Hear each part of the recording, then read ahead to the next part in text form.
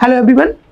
मध्य प्रदेश के बाद आइए अब हम बात करते हैं भारतीय इतिहास से जो प्रारंभिक परीक्षा में प्रश्न आए हैं उनको देखते हैं कि कौन कौन से प्रश्न आए हैं और उनका उत्तर क्या हो सकता है। ठीक है, चलिए आगे बढ़ते हैं हम लोग। तो आप देखोगे कि हिस्ट्री से पहला प्रश्न आया है, परमहंस मंडली की स्थापना किस राज्य में हुई।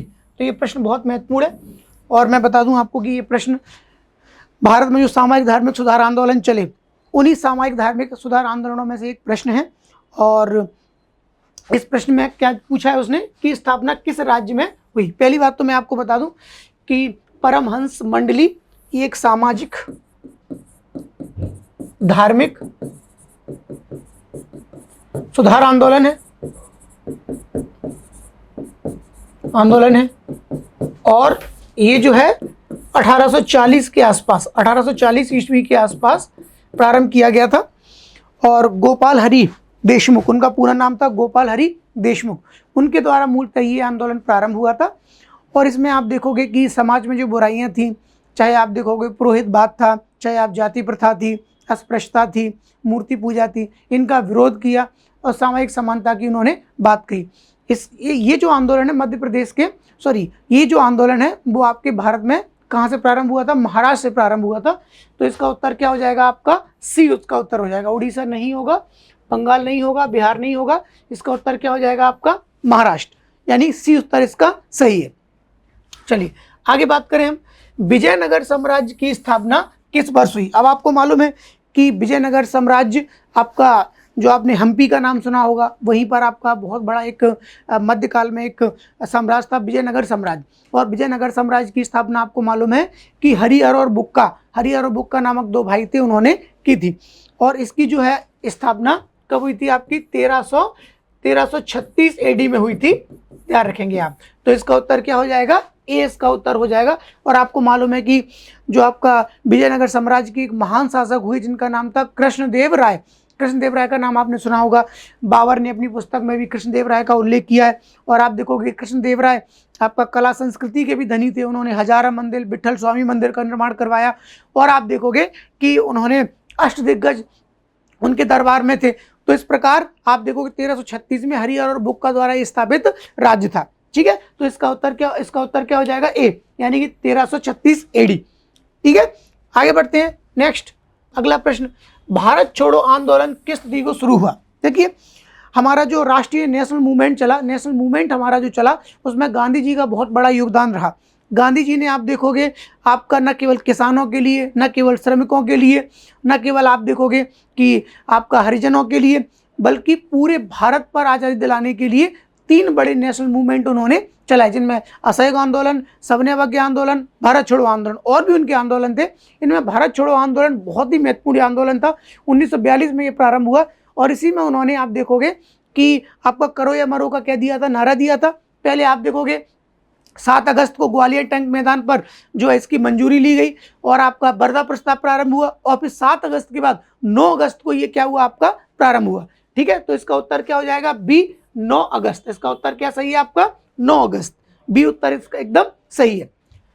आगे हम बात करें कि एक आपका दोहा मान लीजिए, कोटेशन मान लीजिए और पूछा है, पोथी पढ़ पढ़ जगमुआ, पंडित भयो ना कोय, ढाई आखर प्रेम के पढ़े सु पंडित हुए। अब आपको मालूम है, आपने जो है साहित्यकारों में आपने जो है मध्यकाल के जितने भी भक्ति आंदोलन के प्रवर्तक थे उनको पढ़ा होगा। और आपने देखा होगा कि हमारे इतिहास के पेपर में भी कबीरदास जी हैं। तो कबीरदास जी की ये क्या है? आपकी उक्ति है। तो इसका उत्तर क्या हो जाएगा? ए इसका उत्तर हो जाएगा। ना कि रैदा, ना कि चैतन्य महाप्रभु, ना कि गुरु नानक। पोथी पढ़ पढ़ जग मुआ, पंडित भयो ना कोय, ढाई आखर प्रेम के पढ़े सो पंडित हुए। ठीक है ना। चलिए आगे हम बात करें। नेक्स्ट, चंपारण सत्याग्रह के दौरान नील की खेती किस नाम से पहचानी जाती है। अब आपको मालूम है कि पहली बात तो चंपारण सत्याग्रह 1917 का है। ठीक है ना। और चंपारण सत्याग्रह का नेतृत्व तो मुख्यतः किसने किया था? आपका गांधी जी का था, गांधी जी द्वारा किया गया। ध्यान रखेंगे आप, गांधी जी का पहला भारत में आंदोलन मानते हैं हम इसको। चंपारण किसानों के हित में था। क्या था मैं आपको बताऊं कि चंपारण बेसिकली एक बिहार का क्षेत्र था। और आप देखोगे कि वहां के जो किसान थे अपनी भूमि के 3/20 हिस्से पर किसकी खेती करते थे? नील की खेती करते थे। ठीक है ना। और आप देखोगे कि उस नील की खेती को जो वहाँ के मालिक थे उनके तय दाम पर उनको बेचना पड़ता था, इसीलिए वहाँ के किसानों ने बड़ी मात्रा में इसका विरोध किया। बाद में आप देखोगे वहाँ के एक बहुत बड़े किसान थे राजकुमार शुक्ल। राजकुमार शुक्ल, गांधी जी से उनकी भेंट हुई और गांधी जी से भेंट हुई तो उन्होंने ये समस्या के बारे में बताया। तब गांधी जी जो है आपका चंपारण पहुंचे। इस चंपारण में आप देखोगे कृपलानी भी और आप देखो डॉक्टर राजेंद्र प्रसाद भी उनके सहयोगी रहे। तो उन्होंने फिर इसके लिए आपको देखोगे आंदोलन प्रारंभ किया और आप देखोगे बाद में क्या हुआ कि बाद में अंग्रेजों को जो है उनकी बात माननी पड़ी और नील की खेती को क्या अवैध करार आपका दिया गया। तो आप देखोगे कि इसको ही बोलते हैं तिनकटिया पद्धति। इसको क्या बोलते हैं? तिनकटिया पद्धति के नाम से इसको जानते हैं, इसीलिए इसका उत्तर क्या हो जाएगा? ये इसका उत्तर हो जाएगा। चलिए आगे बढ़ते हैं। नेक्स्ट, संथाल विद्रोह। संथाल विद्रोह के बारे में मैं आपको बताऊं कि संथाल विद्रोह बेसिकली 1855 और 56 में ये प्रारंभ हुआ था। ये एक जनजातीय विद्रोह था, जनजातीय विद्रोह था ये, ठीक है। और वर्तमान में देखोगे झारखंड के आसपास ये विद्रोह हुआ था, राजमहल क्षेत्र आपने सुना होगा, वहां पर ये विद्रोह हुआ। और इस विद्रोह के पीछे मुख्य कारण आप देखोगे कि वहां पर अत्यधिक कर व्यवस्था वहां पर थी और पुलिस द्वारा वहां का दमन था, जमींदारों का शोषण था, अंग्रेजों की अनुचित नीतियां थी, ये सब वहां इसके रीजन थे। और आप देखोगे कि इस विद्रोह में दो आपके व्यक्ति थे, एक सिद्धू और कानू। सिद्धू और कानू का आपने नाम सुना होगा। उन्होंने आप देखोगे इस विद्रोह का व्यापक स्तर पर प्रचार प्रसार किया, संथालों को जोड़े रखा, है ना। आप देखोगे कि अंग्रेजों की सैन्य छावनियों पर उन्होंने आक्रमण भी किए, लेकिन बाद में दोनों को पकड़ लिया गया और उनकी हत्या कर दी गई थी। तो इसका उत्तर बिरसा मुंडा नहीं होगा, ठीक है, स्वामी गोविंद गिरी नहीं होगा, भीमा नायक नहीं होगा। इसका उत्तर होगा क्या आपका? ए इसका उत्तर सही है, सिद्धू। कानू भी होते तो वो भी लगा देते, पर सिद्धू इसका उत्तर अभी सही है, ठीक है। आगे बढ़ते हैं। नेक्स्ट, प्रार्थना समाज की स्थापना। ये आप देखिए, ये भी जो आपका सामयिक धार्मिक सुधार आंदोलन है उनमें शामिल है प्रार्थना समाज। और आप देखोगे कि प्रार्थना समाज ये भी, इसने भी, प्रार्थना समाज ने भी समाज की जो कुरीतियां थी उनका विरोध किया, चाहे अस्पृश्यता हो चाहे जाति प्रथा हो, सभी का उसने विरोध किया था। समानता की बात की, है ना, विधवा पुनर्विवाह का समर्थन किया उन्होंने। और आप देखोगे महिला शिक्षा की बात की। और इसी में आप देखोगे जो है आत्माराम पांडुरंग का आपने नाम सुना होगा। इसी में आप देखोगे कि महादेव गोविंद रानडे का आपने नाम सुना होगा, केशव चंद्र सेन भी इससे संबंधित थे। तो आप देखोगे प्रार्थना समाज की स्थापना कहाँ पर हुई? आपकी महाराष्ट्र में हुई है। और ये 1867 के आसपास इसकी क्या हुई थी? आपकी ईस्वी के आसपास इसकी स्थापना हुई थी। इसीलिए हम किसके साथ जाएंगे? डी के साथ, इसके साथ जाएंगे। अगले हम बात करें, अगला प्रश्न क्या है? अगले प्रश्न में आप देखते हो निम्न में से किस स्थान पर बौद्ध गुफाएं नहीं है? तो मैंने आपको बताया था कि इसका उत्तर या तो आपका सी और डी में से एक हो सकता है, लेकिन ज्यादा मजबूत उत्तर इसका क्या होगा? आपका सी होगा, क्योंकि यहाँ पर सांची का स्तूप है और सांची का अभिलेख है। गुफाओं का उतना उल्लेख हमको नहीं मिलता है। बाकी अजंता में गुफाएं हैं, बाघ में गुफाएं हैं, ठीक है ना। इसीलिए सी या डी में से हो सकता है, पर सी उत्तर इसका ज्यादा मात्रा में ठीक लग रहा है। अगली बात करें, तहकीक हिंद। अगला प्रश्न है, तहकीक हिंद के लेखक कौन है? तहकीक हिंद, ठीक है ना। तहकीक हिंद बेसिकली आप देखोगे महमूद गजनबी के साथ एक बहुत बड़े जो है लेखक आए, साहित्यकार है, जिनका नाम था अलूवर्नी। कौन था? अलूवर्नी।